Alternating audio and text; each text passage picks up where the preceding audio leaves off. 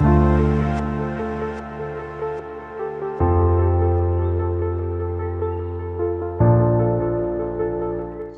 and welcome everybody to Fair Observer Talks. FO Talks are deep dives into issues of importance relating to politics, society, cultures. The best of Fair Observers, 2,500 contributors from over 90 countries share their ideas, insight, and perspectives with a select audience. Today, we are very glad to have a fantastic scholar of South Asia security, counter-terrorism, US foreign policy regarding South Asia, Mr. Esfandiarmir. He is a PhD scholar at very research on the topic of counter-terrorism, particularly with focus on Afghanistan. He's currently at the United States Institute of Peace, but previously had affiliations with various research institutions across the US and has written extensively on the subject. Dr. Esfandiarmir, we are very glad to have you for the talk, and I welcome you to FO Talks. Thanks so much for having me on, Tabish. It's great to be here, to be joining this this panel convened by Fair Observer, and of course to be in discussion with you. I've followed your work for a long time, so it's great to sit down and to be able to talk about some of the things that we've been tracking over the last few years. Thank you. As the title of our discussion suggests, today's talk is about Afghan Taliban and Pakistan's TTP problem. The recent weeks have been hectic in terms of security, particularly for Pakistan, but of course for Afghanistan, given the amount of casualties, the violence inflicted upon civilians on the recent, from the recent aerial bombardment in the eastern provinces of Kunar and Khost. This is perhaps a timely discussion, Esfandiar. Maybe we start from you providing us a context for the growing insecurity in South Asia, particularly after the Taliban's takeover. I was reading this morning the Pakistan's national security policy.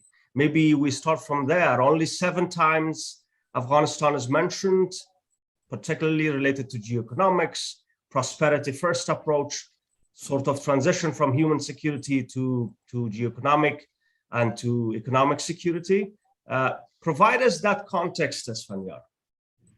Great, yeah.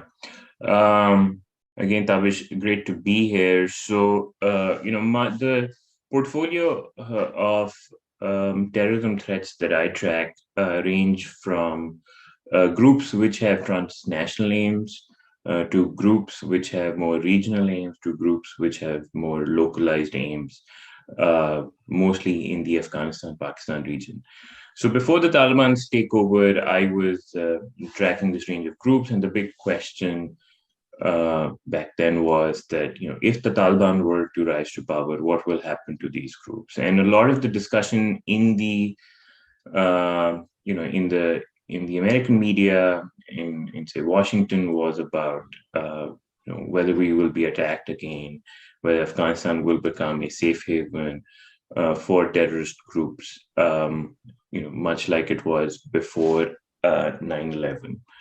And so to answer that question, I think I would always argue for disaggregating the threats that actually sort of exist in Afghanistan and the Afghanistan-Pakistan border region, as well as some others in Pakistan. So we can bin them in 3 categories.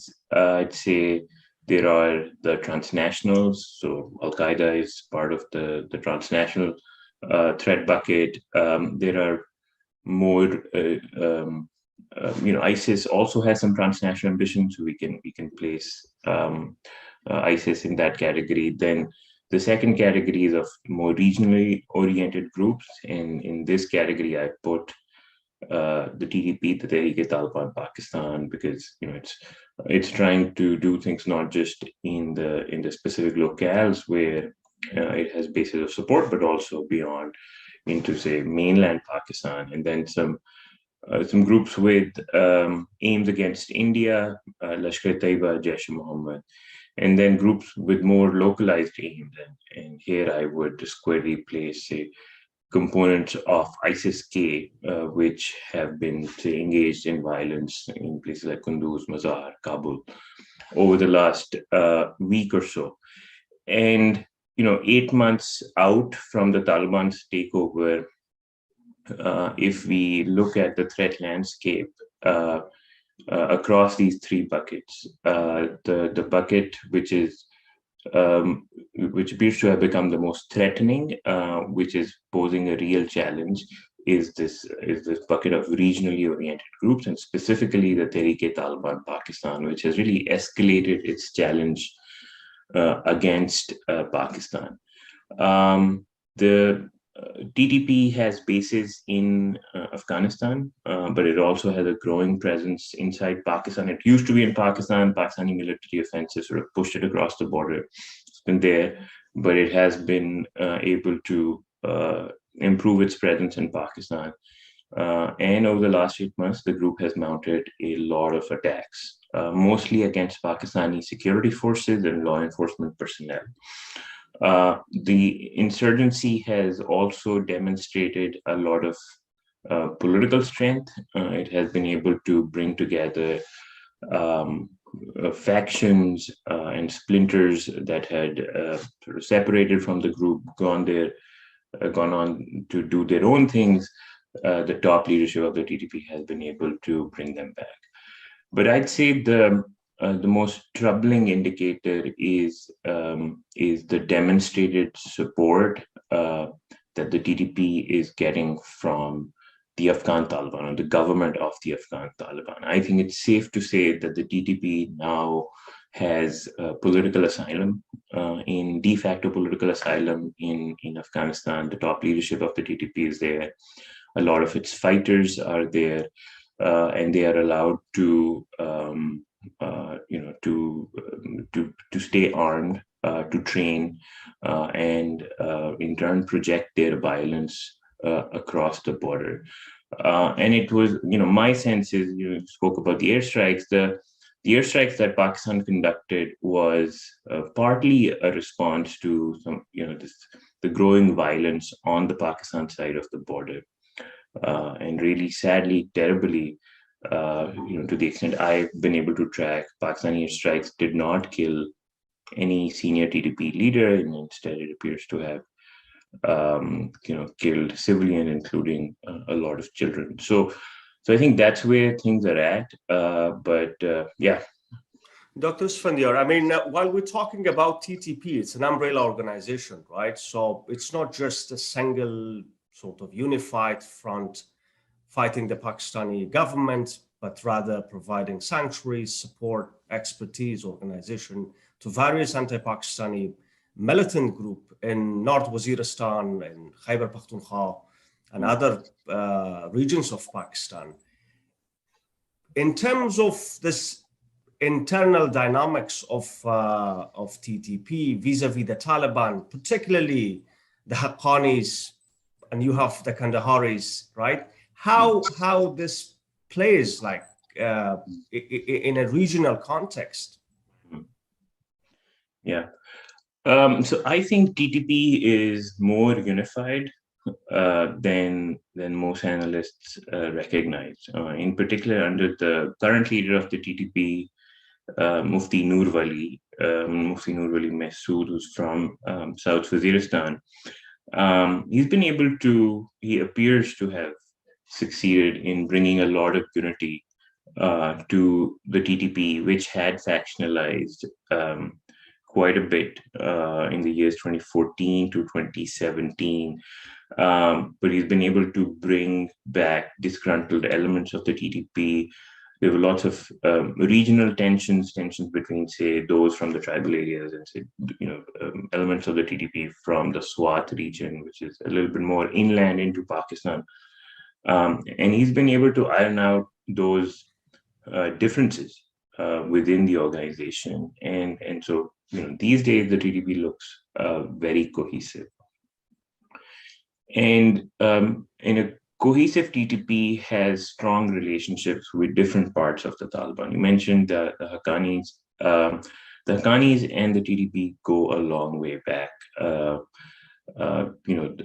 think the TTP and Haqqanis remained co-located in Pakistan's North Waziristan region for many years. They had strong ties. Jalaluddin Haqqani, Sirajuddin Haqqani helped out TTP, and TTP helped them out, provided them with both fighters as well as other personnel, including for suicide bomb attacks. But the TTP has also had strong relationships with parts of the Kandahari Taliban or with Southern Taliban. So initially they had very robust relationships with people like Mullah Dadullah, who mainly fought in the south of Afghanistan. And the seminal moment for the insurgency in Afghanistan is said to be now the 2006 Spring Offensive. And a lot of the fighters who fought in Afghanistan were actually channeled from regions which were in control of militants and fighters who are now part of the TTP, and they went towards the south of the country. We now hear that key leaders in the Taliban, like the current defense minister, Mullah Yaqub, even the Emir of the Taliban, Mullah Hibatullah Akhundzada, they are also sympathetic to the TTP. Of course, the TTP pledges bay'ah and allegiance to the chief of the Afghan Taliban, Mullah Hibatullah Akhundzada. They do it publicly. They reiterated this pledge after the Taliban took power. So, my sense is that the TTP enjoys support in different factions and groupings within the Afghan Taliban, and for now, TTP is more united than it is divided.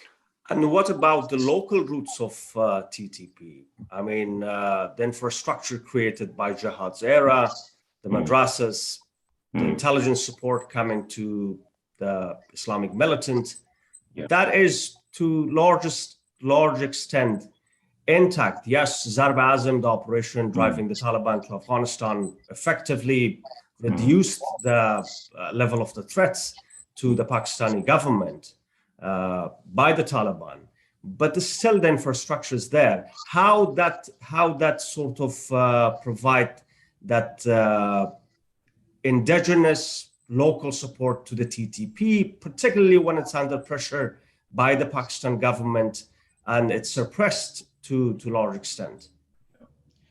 My sense is the TTP is able to draw on two sources of local support. One is a sense of grievance towards the Pakistani state. So Pakistani military has carried out a lot of operations in the Pakistani tribal areas, and those operations have been very, very tough on the civilian population, and we saw some of that manifest in the Pashtun Tahaffuz movement. But then there are other parts and constituencies in the Pakistani tribal areas which continue to be drawn towards the TTP, and they join the TTP as a way to avenge their grievances against the Pakistani state, the excesses during these military operations. So that's driver number one. The other driver is, I think, what you're implying, this vast network of madrasas and mosques, which are more regulated than they were, say, 15 years ago, 10 years ago. But they still are at high risk of providing men and material for some of these armed groups like the TTP. So I think these two sources of support continue to be available to armed actors like the TTP. In terms of regional stability, which is a strategic pillar of the Pakistan's national security policy 2022 to 2026, how the return of the Taliban and the threats like hosting, providing refuge and sanctuaries to terrorists like TTP undermines that regional stability, the prospect of regional stability. This, like a few hours ago, the co-founder of Fair Observer and I, we both wrote an article and published it, which discusses this regional dynamic of the Taliban, right? So the militant groups, the Islamic fundamentalists, are emboldened, the expertise is there, the textbook that provided that roadmap for the Taliban victory is somehow appealing to various militant groups. In that context, how the goal and this objective of achieving regional peace, while you have Taliban in power in Afghanistan, reconcile in its strategic terms and providing Pakistan what it needs at the regional level. Yeah. So I think it's important to sort of situate Pakistan's calculus over the last decade in supporting the Taliban. I think Pakistani support for the Taliban was premised on the assumption, Pakistan's support for the Taliban insurgency and against the Republic and the U.S. military presence. The assumption was that somehow the Taliban rising to power will make Afghanistan more pro-Pakistan, and that's the terminology that Pakistani strategists and have used over the last many years. And under the umbrella, or perhaps reduce the Indian influence as assumed by Pakistan state. Yes, that's exactly right. So under the pro-Pakistan sort of rubric, I think there were a number of different things that they hoped and anticipated the Taliban will provide. One was that a Taliban government will have little to no relationship with India. But I think there were some other expectations as well.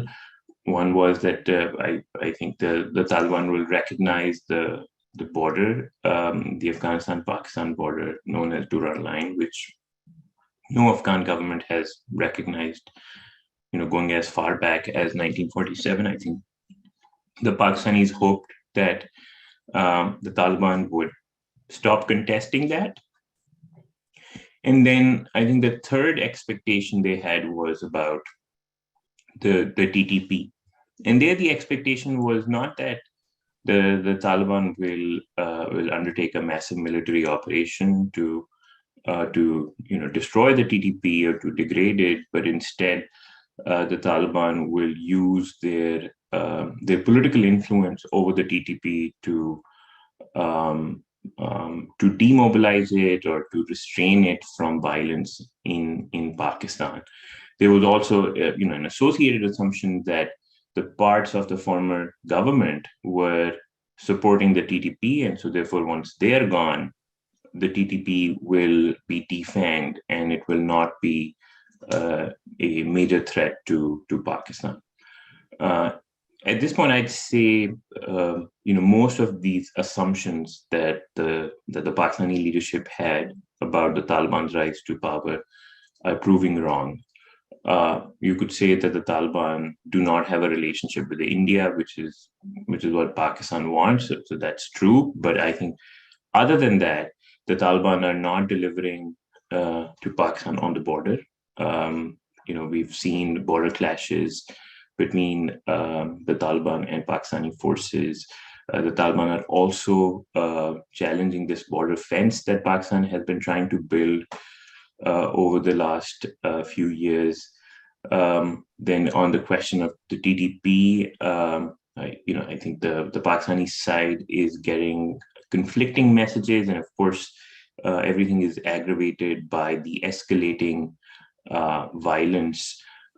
So, I think there is a lot of disappointment in Pakistan these days that we sided with the Taliban, antagonized the United States, and this is what we are getting in return. I mean, I think parts of the Pakistani system appear to be disappointed.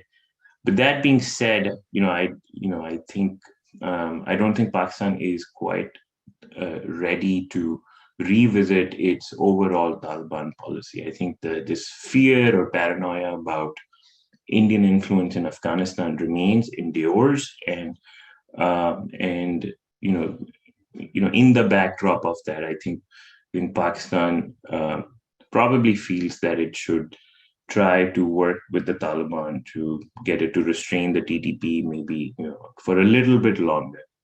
And then on the border as well, I think I sense a lot of disappointment, but I don't see it as the reason which can motivate a change in Pakistani policy towards the Taliban. I think Pakistan remains very committed to the Taliban for now. Dr. Asfandyar, if you're a regional observer of the situation, or perhaps reader of history, one would argue that, okay, Pakistan is facing, as that cliche analogy works, that's Frankenstein's monster that created, right? Of course, it was not just Pakistan, but rather the entire Western Bloc facing the Soviet invasion of Afghanistan and trying to create that iron wall and contain communism, right? So in that sense, how much of a guilt the Pakistani establishment is perhaps feeling in terms of the situation that they're dealing with, right? So the human cost, the security cost, the economic cost, and most importantly, the opportunity cost for Pakistan over the last 40 years has been huge. I mean, no one can deny that millions of dollars that is spent, or billions of dollars, could have been wisely spent on other projects rather than the Talibanization of the region. What is the prospect there? I mean, how worried one should be looking at the regional dynamics developing as we move forward with the Taliban occupied Afghanistan, not cooperating even with the state, as you mentioned in one of your pieces at USIP, that did the most to them. So how reliable their guarantees of security assurances will be to other states and the regional security system.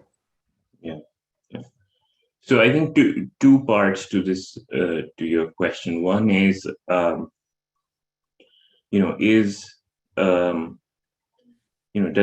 Pakistan exhibiting any remorse for its policies? I think that's an important question. And the second question is about the reliability of the Taliban's guarantees. If they're not able to deliver to Pakistan, which it has supported the Taliban so much over the last so many years, then what should the broader international community expect of them? So the first one on remorse, I think there is disappointment for now on the Pakistani side towards the Taliban. I think we're still only 8 months out, and there are parts of the Pakistani establishment which are advocating more patience.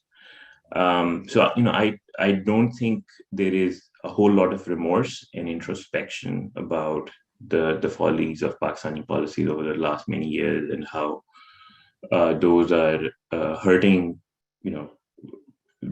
certainly the region, but also Pakistan as well, which is having to grapple with a formidable anti-state insurgent challenge. So sadly, we're not at the level of remorse, but I do sense a lot of disappointment, and I think if things don't change, if things don't improve, we might get to that stage of some real remorse about support to the Taliban over the last decade and more, but we're not there yet. That's my read. But on the second question that I think you rightly point out, that if the Taliban are not complying with the asks of their most important benefactor, right? So Pakistan has supported them in so many ways, and yet they're unable to satisfy Pakistan. I think the international community should be very wary of their commitments, in particular on counterterrorism.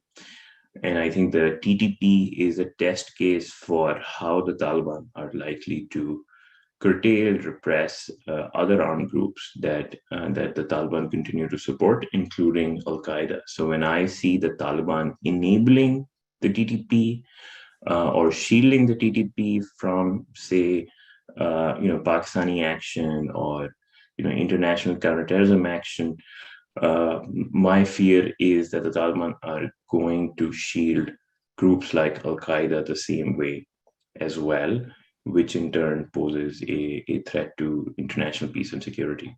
And perhaps that points out to the incapacity of the Taliban to rule Afghanistan first, and the second, to govern the territory that is now occupied by their forces, right?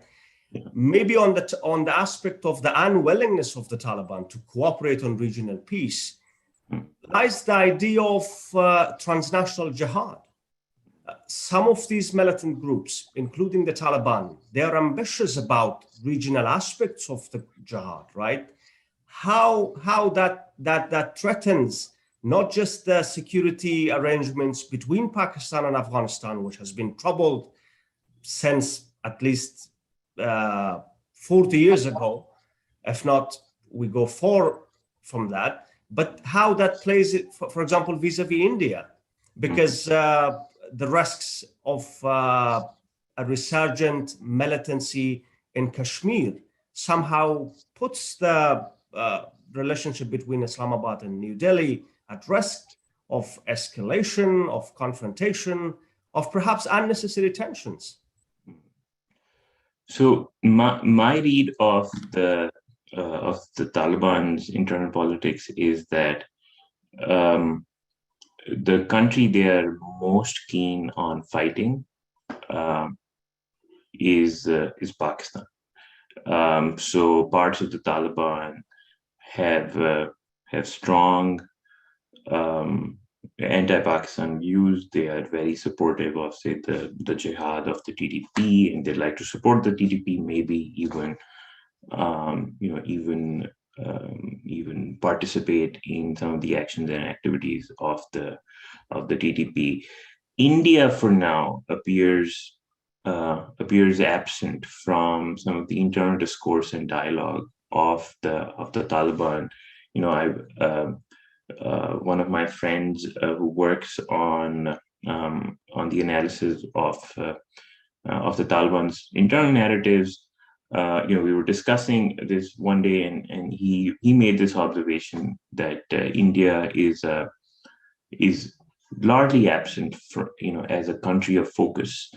But there are other groups which have a presence in Afghanistan that are very focused on India. And the main one I point out these days is Al Qaeda. So Al Qaeda's messaging, in particular since the Taliban's takeover, has focused a lot on India. In fact, the chief of Al Qaeda, Ayman al-Zawahiri, he put out a statement this month, weighing in on this one controversy that took place in India, in the month of February, about a young Muslim woman who was wearing a veil, hijab, and she was, I think, she was hounded by some extremists, and so Ayman al-Zawahiri sort of commented on that and kind of coaxed his supporters to sort of do something about that. And my sense is that he has more anti-India messaging in the pipeline as well. So that really concerns me, and it suggests to me that Al Qaeda is watching India very closely, and so I watch that with a lot of concern. And if something was to happen in India, that could certainly spark a lot of tensions between India and Pakistan, and then we'll be off to the races. We could see major military escalation between the two sides. So I think the regional picture is complex, but the bottom line that the Taliban's rise has emboldened a range of different armed groups, which define jihadist ideology, to their benefit and advantage, and want to use this ideology to sort of to mobilize people and to wage military campaigns is correct. I think a lot of groups have been emboldened, and we're starting to see that manifest in many different parts of the region, in particular in Pakistan. If Al-Qaeda is somehow going back to Afghanistan or re-emerging from the vacuum that's created, ISKP is somehow trying to find foothold in eastern parts of the country. The elements of Uzbekistan Islamic movement starting to operate in the northern part of Afghanistan, because we had this incident of RPG firing at the Uzbekistan border. The clashes with Iranian border forces that happened a few months ago. What I see perhaps is Afghanistan becoming this backyard of bad guys, of terrorists, moving into the country, threatening global and regional peace. And why not other elements like Jaish-e-Mohammed, Lashkar-e-Tayyiba, right? So if you're a strategist in New Delhi, in Tehran, in Tajikistan, in Tashkent, how worrying is this picture coming from Afghanistan, this news coming from Afghanistan? Yeah. No, I will say that multiple capitals have a lot of reason to be concerned about the developments in Afghanistan and the posture of the Taliban. Of course, Islamabad tends to, or at least tended to, have a lot of confidence in the Taliban's ability to take care of their concerns, but clearly the Taliban are failing at that. So I would put Islamabad in this group of capitals. Should be concerned. Delhi should be concerned. I think Tashkent should be concerned. I think Tehran should be concerned. But I think their level of concern should be different. I think they should not all be equally concerned, because the threat picture is complicated. I think Uzbekistan has been downplaying the threats that are emerging from Afghanistan, against the Uzbek state, and I think they're also kind of in a mood to sort of wait and watch. But I worry they might be a little too late, if they stick with their current posture. The Chinese have decided that they want to engage with the Taliban. Chinese Foreign Minister Wang Yi was in Kabul last month, and appears to have had some conversations to this effect. The Taliban leadership, at least publicly, says that they've assured the Chinese that no threat against China will emerge from Afghan territory. But I'm sure the Chinese are watching how the TTP has escalated its campaign of violence in Pakistan. So that must make the Chinese very concerned, in particular because the TTP has been involved in some attacks against Chinese assets and infrastructure in Pakistan. So I suspect Beijing is watching TTP's activities very carefully. I think Tehran's case is also an important one. I'm sure the Iranian government is appalled at the sight of ISIS-K's violence across the country. ISIS-K targeting Shia Hazaras, must worry them a lot. And even though they were also of the view that we should give the Taliban a chance, I think seeing the Taliban unable to control ISIS-K's violence will also give them a pause. And when it comes to Delhi, Delhi has been has never sort of taken the position that we should give the Taliban much of a chance. So in many ways, I think the situation as it's playing out is consistent with how Delhi projected things would actually sort of unfold and play out. Maybe I think Delhi was a little bit more aggressive in projecting how some of these threats would emanate or would be projected out of Afghanistan. So I think the timeline is a different one. I think threats are metastasizing at a slower rate than what Delhi thought would happen. But nevertheless, I think there are threats, including some India-specific threats currently in Afghanistan, which I'm sure should be of concern to policymakers in New Delhi. And how that threats are somehow, because there is a reluctance, not just in engaging with the Taliban, of course, which India seems it not practical due to the history of the anti-Indian sentiment within the Pakistani ranks and files, but also the sort of re-engaging at regional level. For example, India is not part of any regional or global political initiatives on Afghanistan. So this distant sort of disconnect between India and the current situation, how that gives more opportunity, for example, for Indian rivals, particularly Pakistan, to shape and influence the post perhaps Taliban political structure. Sure. Yeah, a number of different things have been happening with respect to India and Afghanistan.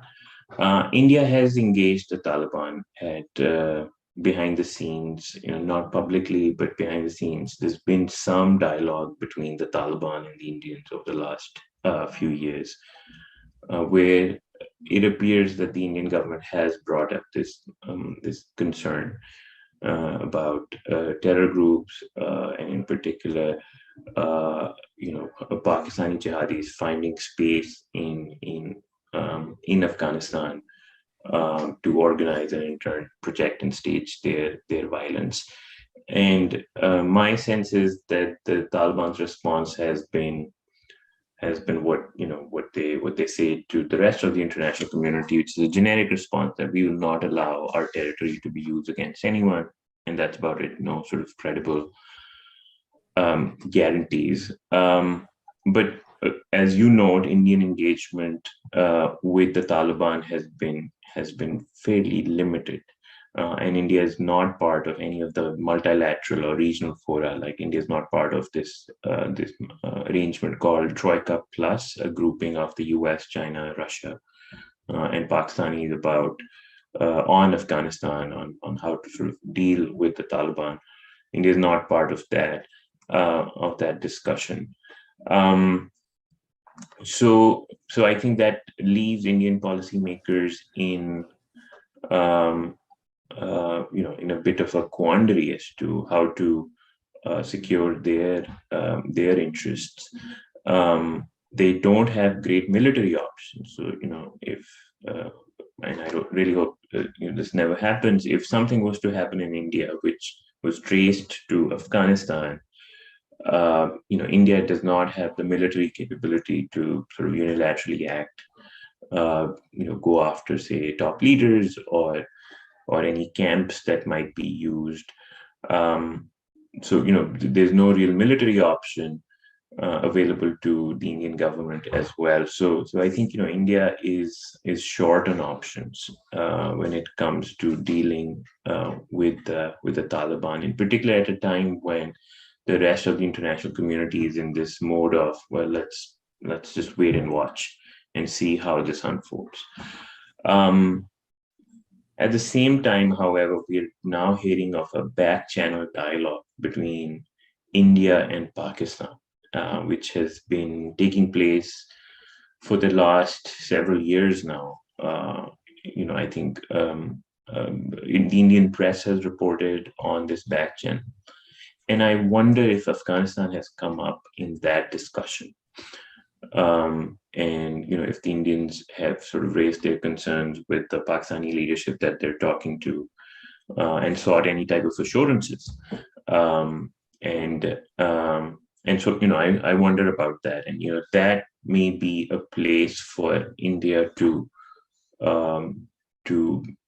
try to address this issue in a more political way. But I'm not sure. Again, I'm mostly speculating. It's interesting. I was talking to a former Indian diplomat friend of mine on the situation in Afghanistan, and he used a very simple explanation to tell me what is going on, for example, in Delhi. He said, look, India has this history of siding with losers. We sided with Najibullah, friend of Rajiv Gandhi.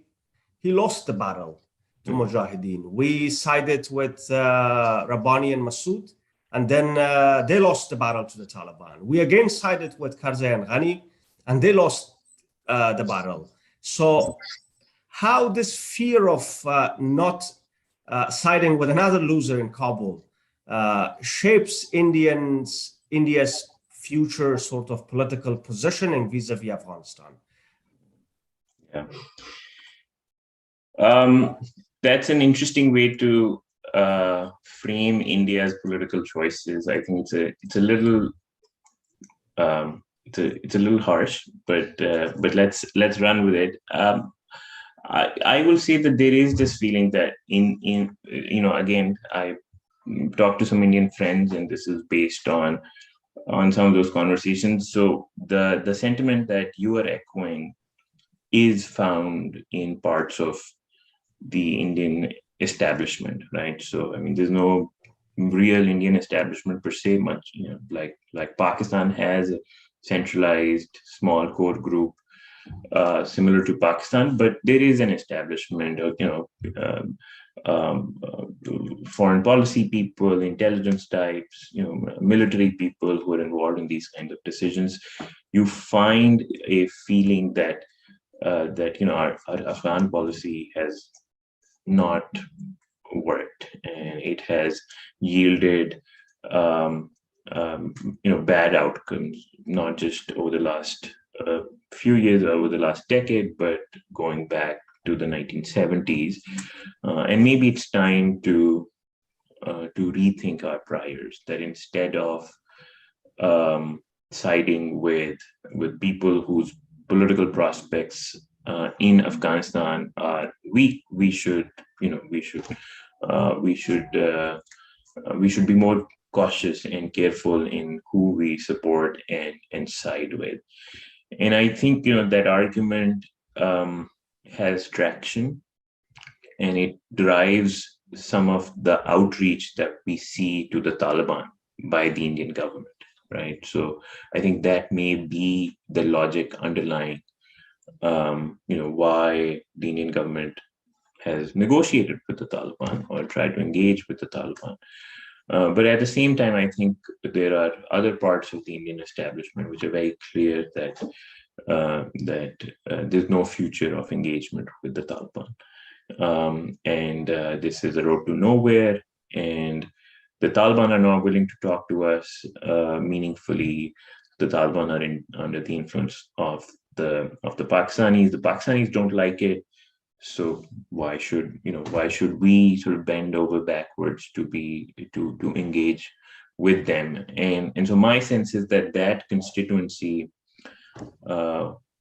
remains more influential and continues to guide India's overall foreign policy approach towards Afghanistan, which I think the bottom line of it remains that we cannot engage with the Taliban.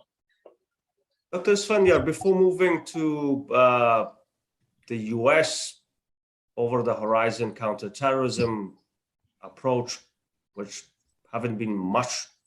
we haven't heard much from that yet, at least. at the regional level, what policy choices is available to Pakistani strategists, to Indian strategists, to perhaps Iranian strategists and some in Central Asian republics? How not just to contain, but rather keep things moving? I mean, what I see for now is that the region is somehow resigned to the idea that, okay, let's keep the vacuum the way it is, and it's gonna find its own sort of outlet, and we'll figure it out.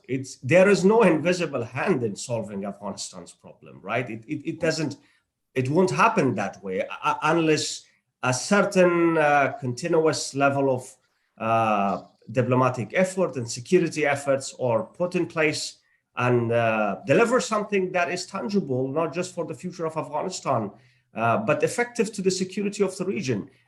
How that is, do you see any sort of movement, at least at the regional level, moving to that direction of multilateral diplomacy efforts, I don't know, deliberation on Afghanistan? Yeah. I think the set of options that are available to regional actors and parties are very limited. Let's start with Pakistan. I think Pakistan has the most number of coercive options, which are also limited in many ways, limited in scope. Pakistan could potentially close the border crossings, right? I think that would put a lot of pressure on the Taliban. Pakistan can stop its diplomatic campaign to rehabilitate the Taliban. I think that would hurt the Taliban as well. So Pakistan has a few different options, short of pulling its total support from the Taliban's government, which may or may not work. I don't know, I think. But Pakistan has some of those options. Tehran, similarly, has been engaging with the Taliban. I think it can limit its engagement, which will put some pressure on the Taliban, but equally likely that the Taliban will not be responsive. The Uzbeks, the Chinese, the Russians, I think they don't have great options. Maybe the Chinese have been making promises to the Taliban to provide aid, financial support, other types of assistance, which they can take off the table, unless the Taliban kind of improve their behavior. But it appears that the Taliban are not motivated by some of those things. So, on balance, I think the options that are the obvious ones are not great for the region to change the calculus of the Taliban. But then there are other options which are, which for now don't seem realistic, but could potentially be game changers.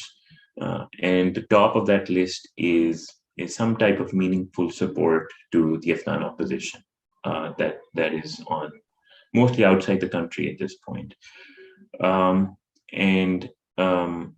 Regional countries can potentially support them, but the opposition has to be more unified, has to have broad-based representation, has to have a real political structure before the region can actually support them. And for now, there are no signs that the opposition has that type of coherence. We heard of some regional outreach to opposition leaders, and even now I think some opposition leaders have relationships with important capitals, but by and large, I am not seeing any real signs of regional actors and players meaningfully supporting the opposition that's on the outside. Before moving to another Pakistan-focused question, just want to have your idea on how the TTP element plays and factors in vis-a-vis the Taliban's internal factional rivalry. So you have the Kandahari Taliban, perhaps as its promoted a sort of pragmatist wing of the Taliban vis-a-vis the Haqqanis, the more sort of global jihad ambitious group, with ideas of expanding global jihad, providing support to Uyghurs, to TTP and other elements, including Al-Qaeda. How that TTP sort of problem exacerbates the internal sort of rupture within the Taliban? Yeah, I think this is a question I'm thinking about a lot these days, and my working answer is that that the TTP is very popular in the Taliban, right? In the rank and file, among foot level soldiers in the middle tier, and that makes it very difficult for, say, someone like Siraj Haqqani to to retain his sort of level of influence over the Taliban. In particular, if he says that we need to restrain the TTP, I think that that undermines his political status within the Taliban. So my sense is that because of the TTP, a lot of Taliban leaders who are more favorable to Pakistan, they are likely to lose out,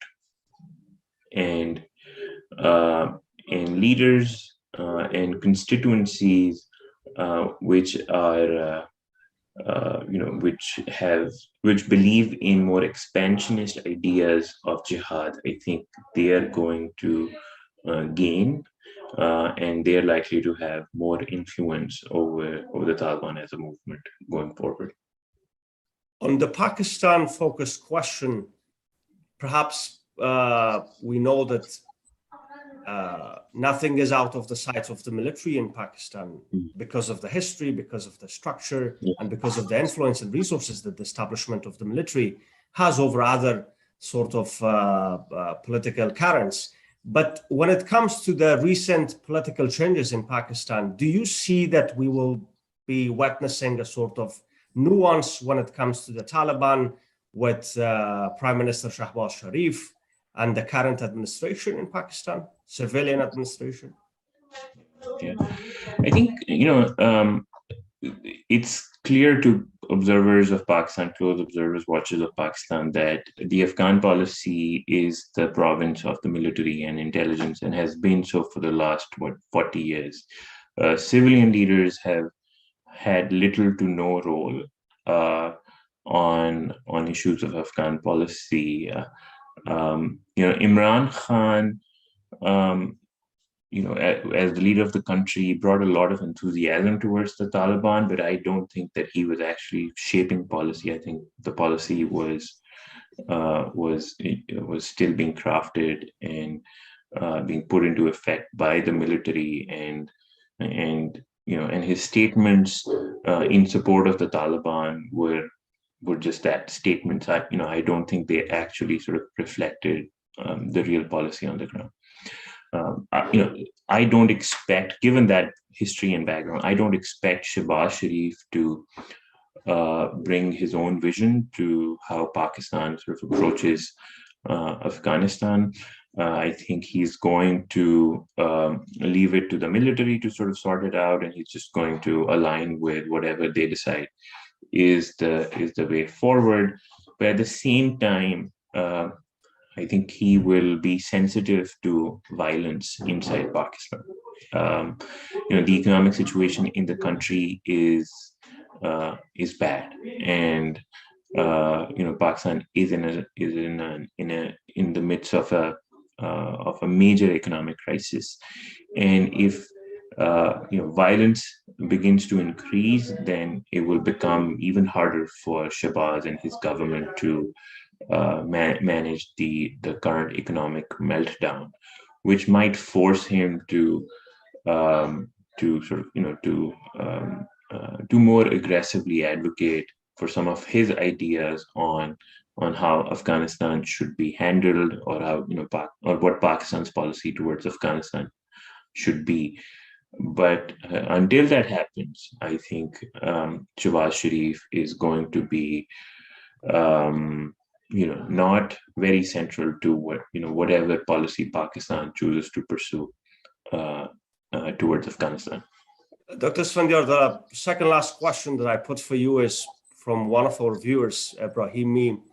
He's also an observer of Afghanistan and Pakistan, has written analysis. He asks you that given the Taliban, or given the context, the social, political, and military context in which a lot of militant groups operate in Pakistan, what de-radicalization programs and political initiatives does the Pakistan state is taking currently to eradicate the root causes of what we see, for example, as the TTP or another militant group? Yeah. Hi, Sabir. If you're still online, thank you for your question. The answer is that not many or no serious programs and initiatives have come to my attention. Pakistan had announced some years ago something called the National Action Plan, which had pledged a lot of major programming and activities, curriculum reform, really looking at the drivers of radicalization and extremism in Pakistani society. But that National Action Plan has gone nowhere. Tabish mentioned this national security policy, which was launched some months ago. I don't know how Pakistani government plans to operationalize it. There is some good discussion on addressing the root causes of radicalization and extremism, but it's just too up in the air and too high level to make much sense to me. So the short answer is, I don't see many good initiatives in play, and Pakistan can certainly benefit from such initiatives if a government was serious about addressing extremism and mobilization towards violence in the country. Dr. Esfandiar, the last question is, how do you assess the over-the-horizon counter-terrorism policy of President Biden's administration? So I think there are two challenges facing this over-the-horizon strategy. The first challenge is of monitoring threats that are emerging in Afghanistan. The United States government had a vast military and intelligence infrastructure in the country, which allowed them to watch all the threats that were there in the country and to proactively act and contain them. For now, it is unclear if President Biden's over-the-horizon strategy is